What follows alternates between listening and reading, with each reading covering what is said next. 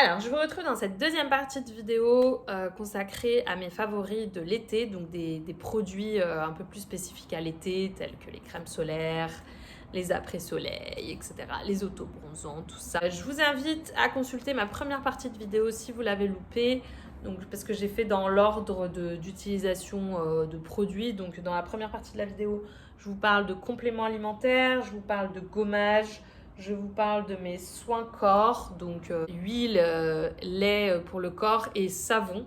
Donc nous voici dans cette deuxième partie de vidéo où je vais vous présenter les crèmes solaires, les après-soleil et les produits annexes type produits cheveux, auto-bronzant, déodorant, parfum.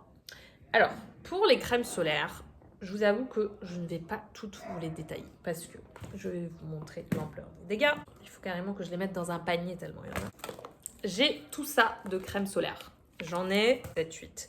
Alors en sachant qu'elles sont pas toutes pleines. Hein. Il y en a qui sont à moitié vides. Donc typiquement celle-ci, j'arrive pas à racler le bout, mais je crois elle est vide aux 3/4, si ce n'est presque vide. Mais c'est juste que j'arrive pas à retirer le fond du produit. Donc parmi les marques que j'ai, j'ai la marque Aromazone qui vient de sortir, qui est géniale.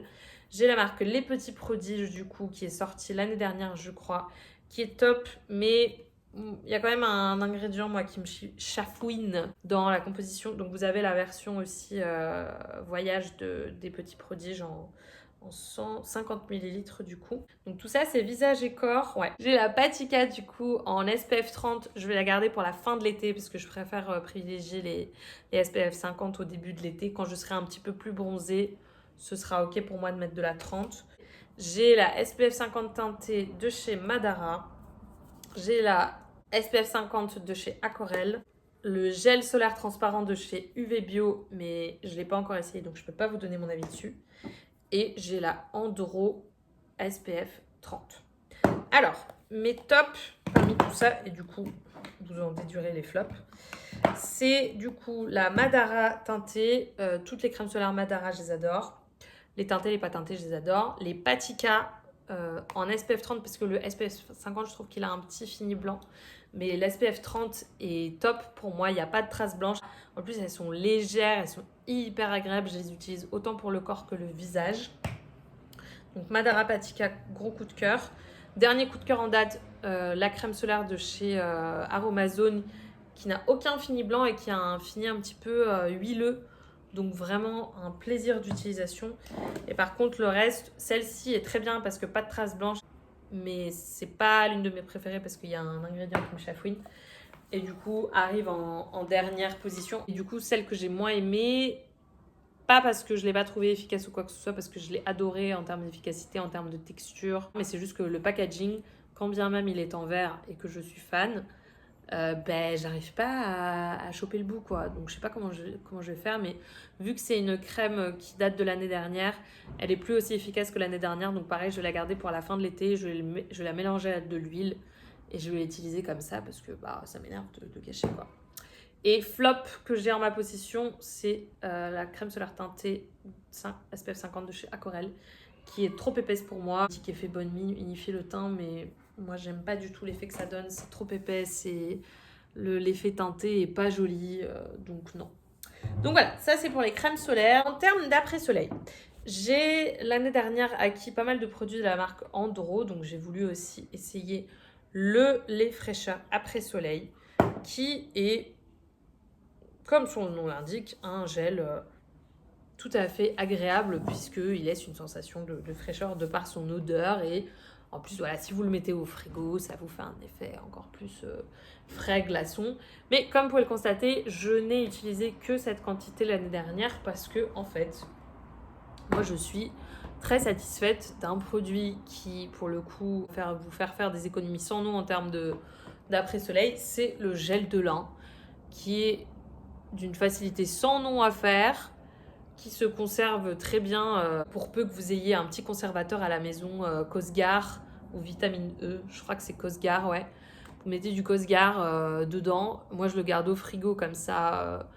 En fait, je saurais même pas vous dire ça fait combien de mois que j'ai ce gel de lin, mais je crois que je le refais à peu près tous les 2-3 mois, je me fais comme ça une version 100 ml.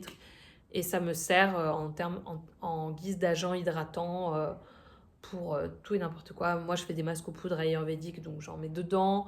Si j'ai besoin pour un après-soleil, si j'ai besoin d'un produit comme ça hydratant pour le corps, si j'ai un produit un peu trop gras que je me suis appliqué, bah, j'applique ça pour du coup contrebalancer l'effet trop gras. Vraiment, le gel de lin, c'est la vie. Mais si vous voulez un produit brut et que vous avez la flemme de le faire, je vous conseille le gel d'aloe vera. Donc là, en ce moment, j'ai celui de chez WAM. Pareil, j'en ai rarement chez moi parce que, encore une fois, j'utilise le gel de lin et je suis très satisfaite. Mais là, j'ai reçu le gel d'aloe vera dans la box Nuo de juin. Donc, ce sera mon après-soleil pour les vacances pour fin août.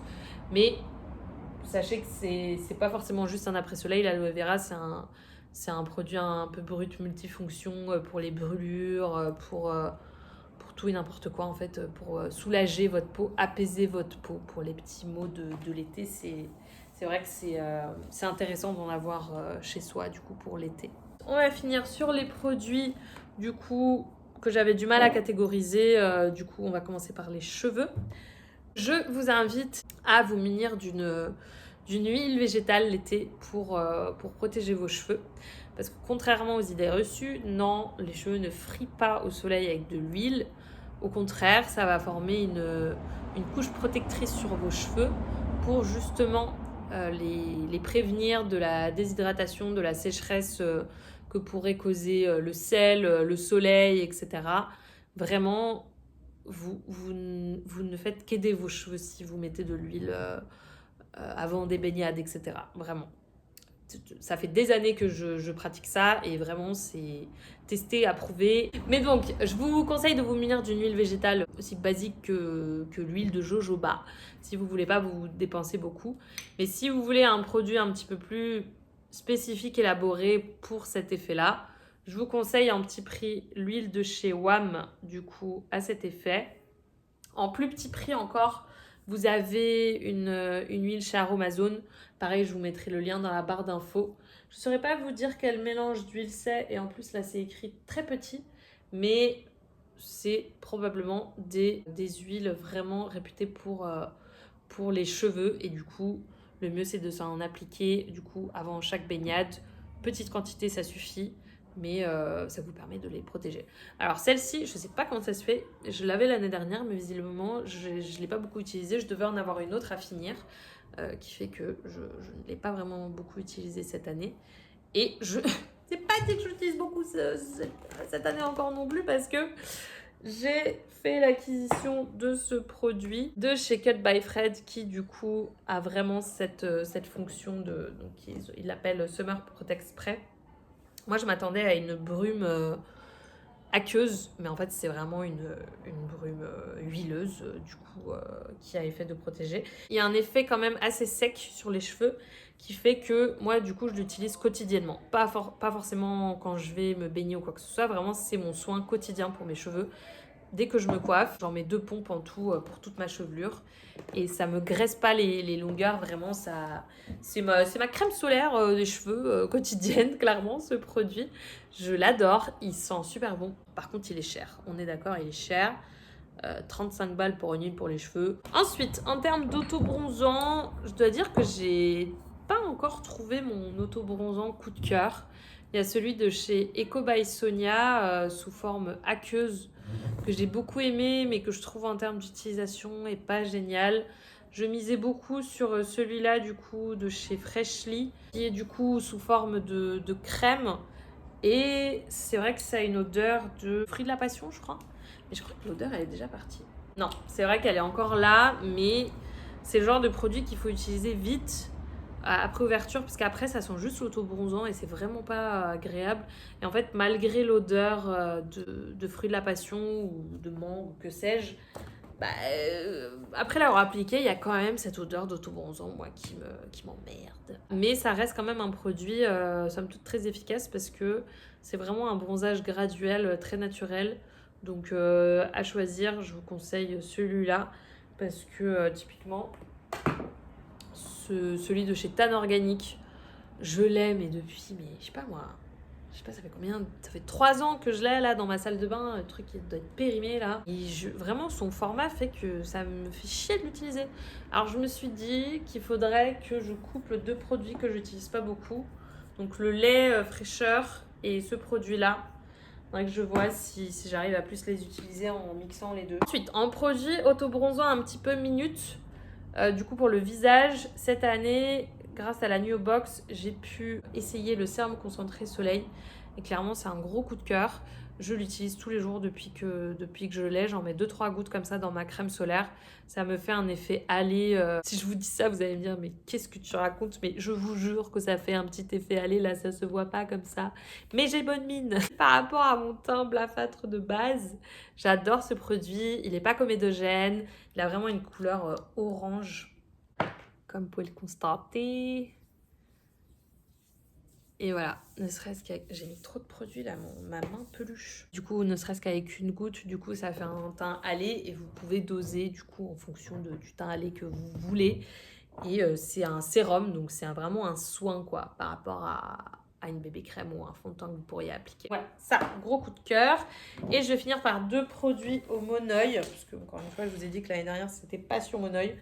Le déodorant Les Petits Prodiges au Monoeil, que j'adore. Et d'ailleurs, je sais pas pourquoi je l'utilise toujours pas là, parce que j'ai trop de déo, évidemment. Je l'adore, il sent super bon. Il sent le Monoeil. En plus, il sent plus autant le Monoeil, là, il faut absolument que j'utilise. Parce que l'année prochaine, il n'y aura plus d'odeur, il n'y aura plus rien, quoi.